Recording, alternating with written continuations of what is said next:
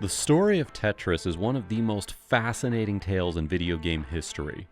A simple puzzle game created in the Soviet Union that became the center of an international licensing battle, and ultimately, one of the most successful games ever made.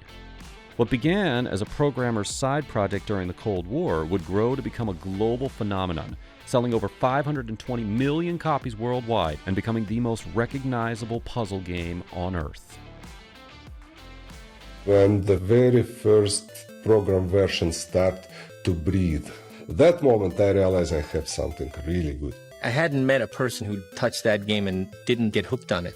Protests are taking place across the Soviet Union. Playing Tetris could help reduce post-traumatic stress disorder. Put a piece here, put a piece there. Use your thumbs, use your eyes. Find yourself Tetrisize. Because everybody who touched this game can't stop playing either. In 1984, Alexei Pajitnov, a 29-year-old Russian computer engineer, sat at his workstation at the Computing Center of the Soviet Academy of Sciences in Moscow. While testing the capabilities of a new computer called the Electronika 60, Pajitnov began developing a simple puzzle game inspired by his favorite childhood puzzle, Pentamenos. Because the computer had no graphical interface, Pajitnov created blocks using nothing more than brackets and spaces. The original prototype had no scoring system, no levels, just falling blocks that needed to be arranged.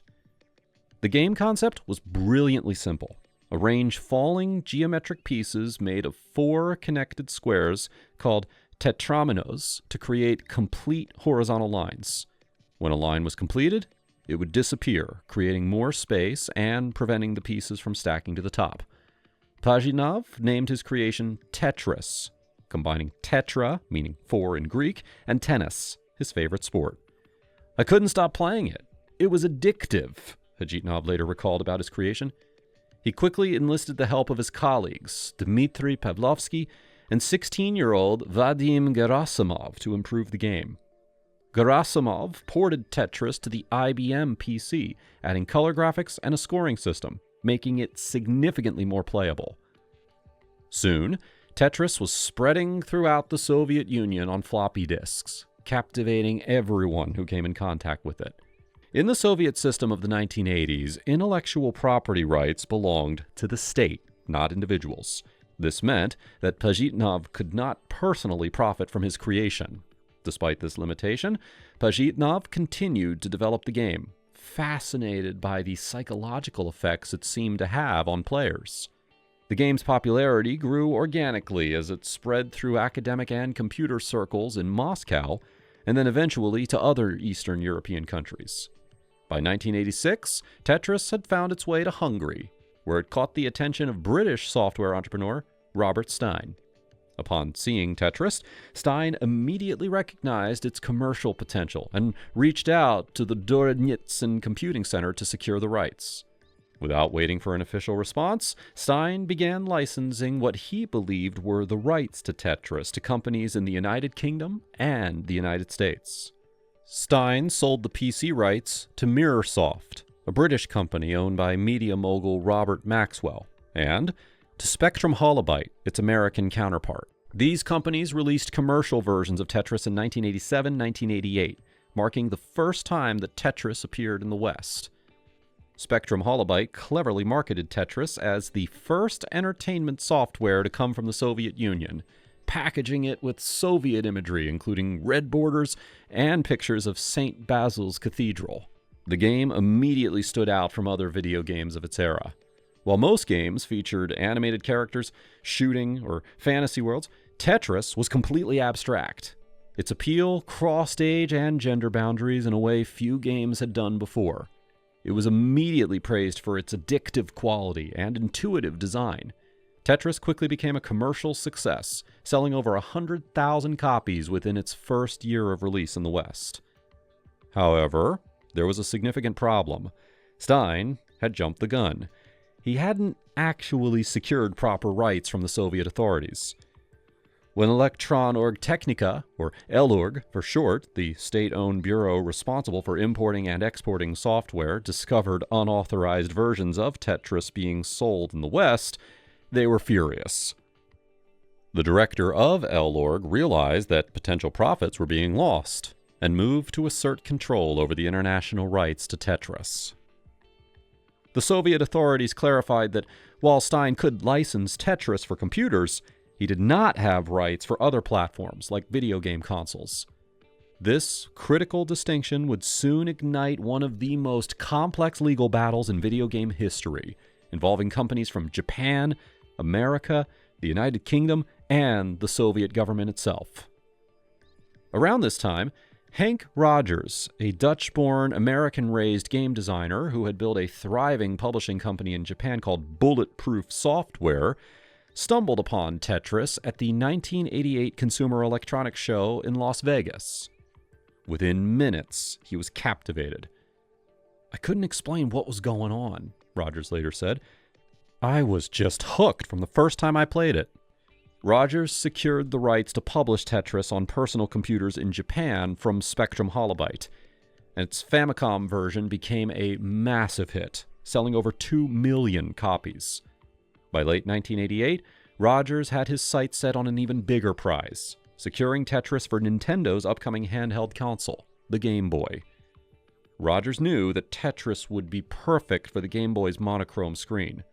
Other games, like shooting games with tiny bullets, would be difficult to see clearly, but Tetris's simple, bold shapes were ideal for the small display. But to get those rights, he would need to navigate the complex web of licensing agreements and deal directly with the Soviets.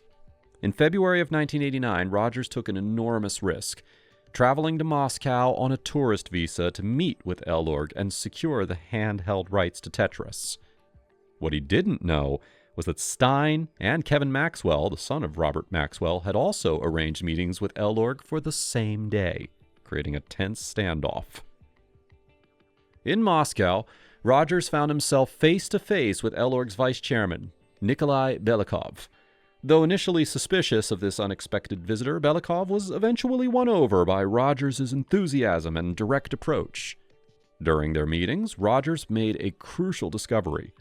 The Soviet authorities were unaware that their game was already being sold on Nintendo's Famicom system in Japan.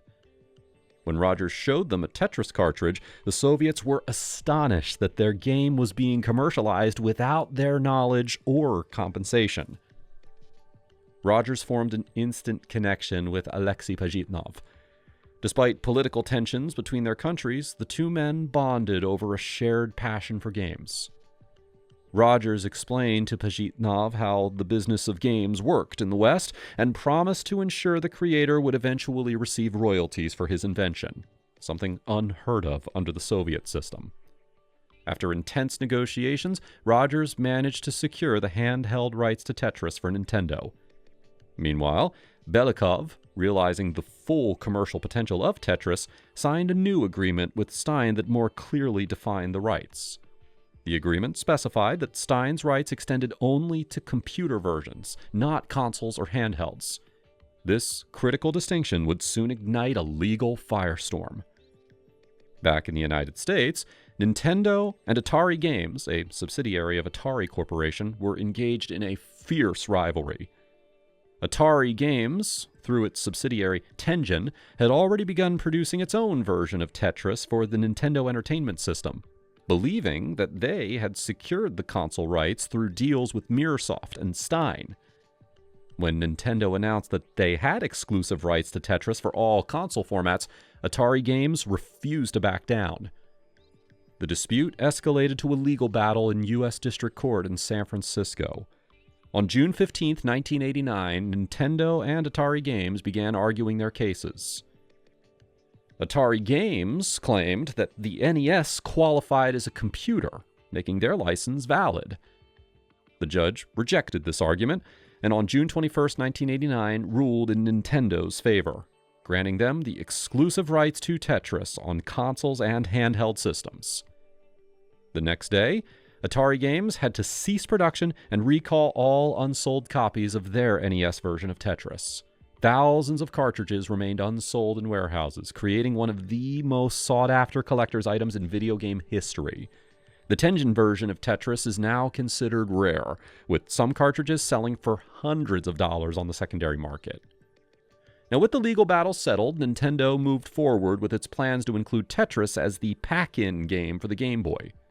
This decision proved to be a masterstroke. When the Game Boy launched in North America on July 31st, 1989, Tetris became its killer app, driving sales of the handheld console to unprecedented heights. At first, some people questioned Nintendo's decision to bundle Tetris with the Game Boy instead of their superstar, Mario. But in hindsight, it was a genius move. While Mario would have appealed primarily to young boys, Tetris had universal appeal.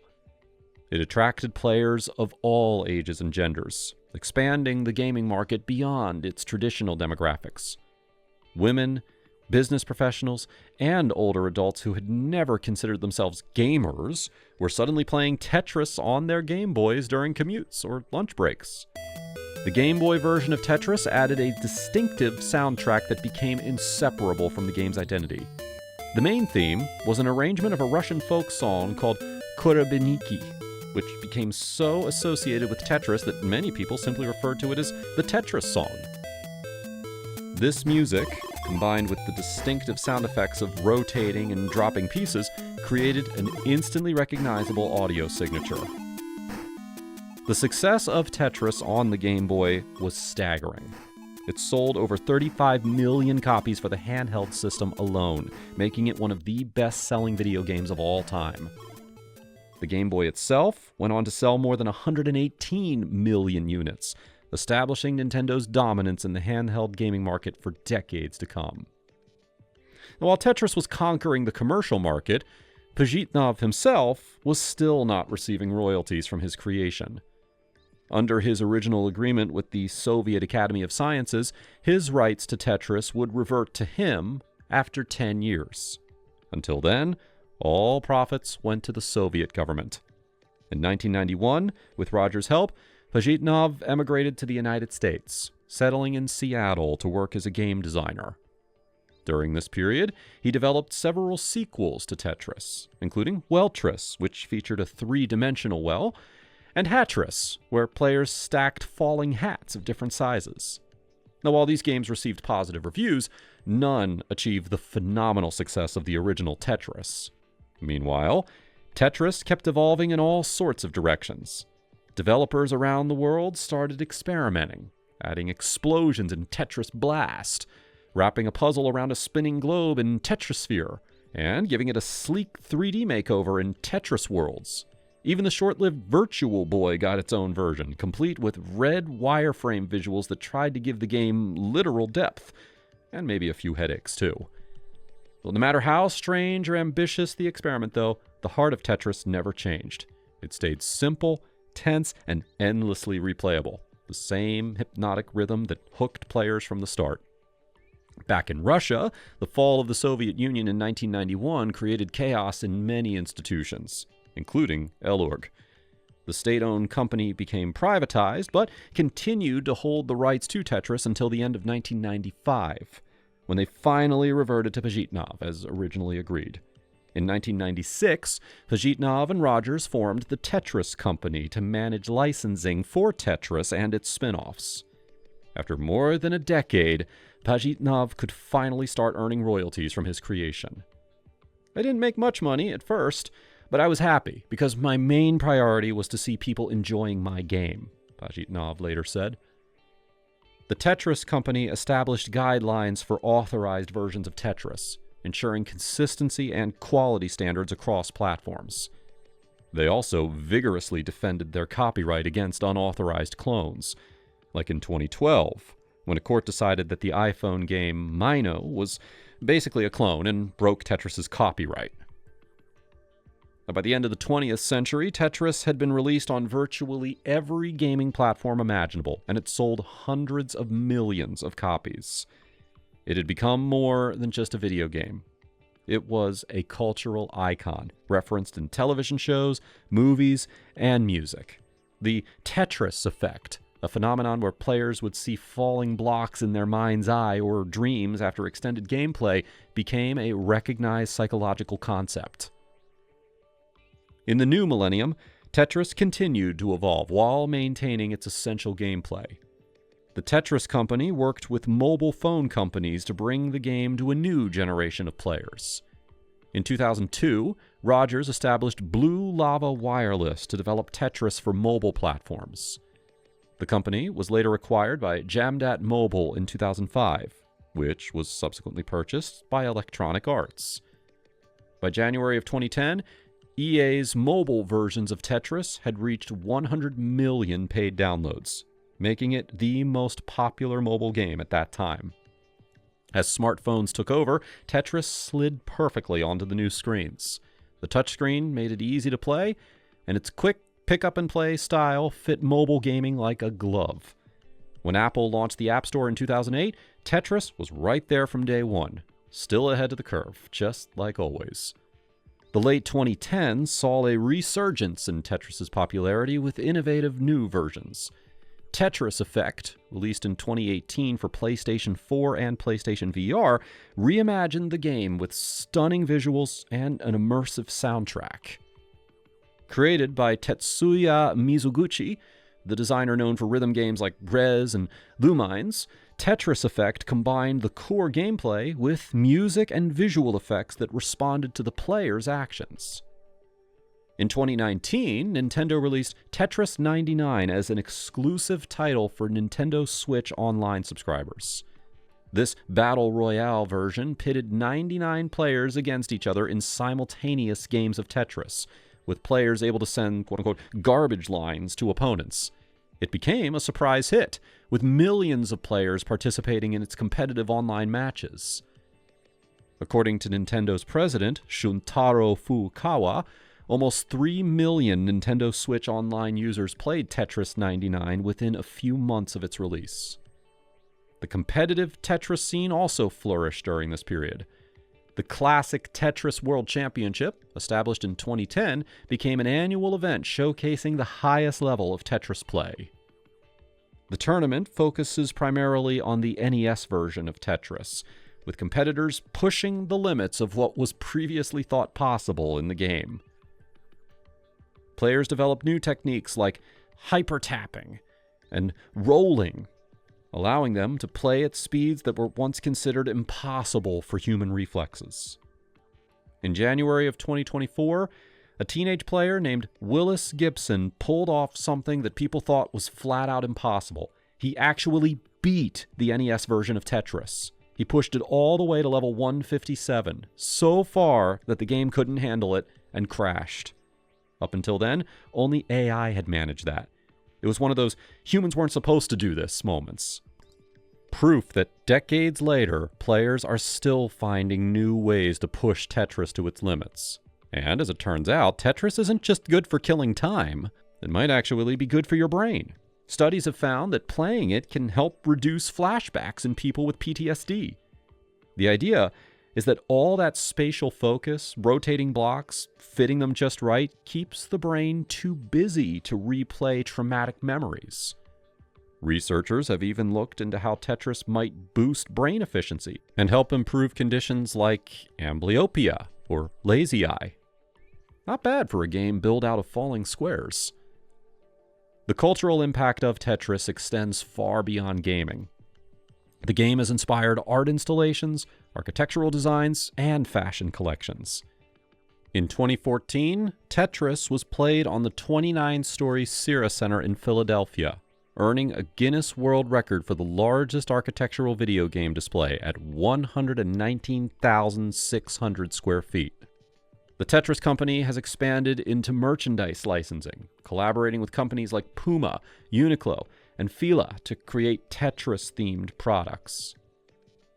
In 2023, the film Tetris was released on Apple TV+, dramatizing the story of Hank Rogers' journey to secure the rights to the game. Starring Taron Egerton as Rogers and Nikita Efremov as Pajitnov, the film brought the extraordinary behind-the-scenes story to mainstream audiences. Today, Tetris is officially recognized as the second best-selling video game series of all time, with over 520 million copies sold across more than 70 platforms. It has been inducted into the World Video Game Hall of Fame and is frequently cited as one of the greatest and most influential games ever made. Now, the enduring success of Tetris can be attributed to several factors. First, its universal appeal transcends age, gender, and cultural barriers. The game's simple concept of creating order from chaos resonates with people on a fundamental level.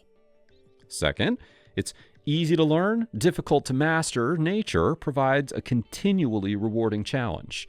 Players can enjoy the game at a casual level while still having room to improve their skills over time.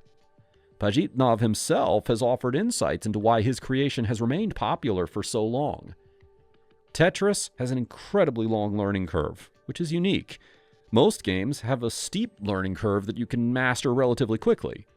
But in Tetris, the learning curve is gradual and seemingly endless. You continually feel like you're improving, getting faster, more skilled, and more savvy. The legacy of Tetris extends beyond its commercial success. It helped establish puzzle games as a major genre in gaming, paved the way for casual gaming, and it demonstrated that video games could appeal to demographics beyond the traditional young male audience.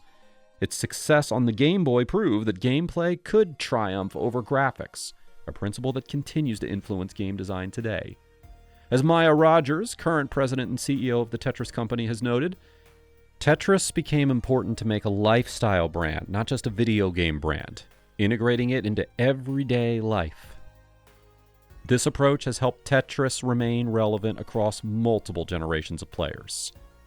From a Soviet computer to smartphones and VR headsets, Tetris has seen it all. Somehow, it never gets old. The colors change, the music evolves, but the feeling's the same. That perfect rush when everything finally clicks into place. Thanks for watching, everybody. If you'd like to see more deep dives into gaming history, hit like and subscribe, and stay tuned for what's next.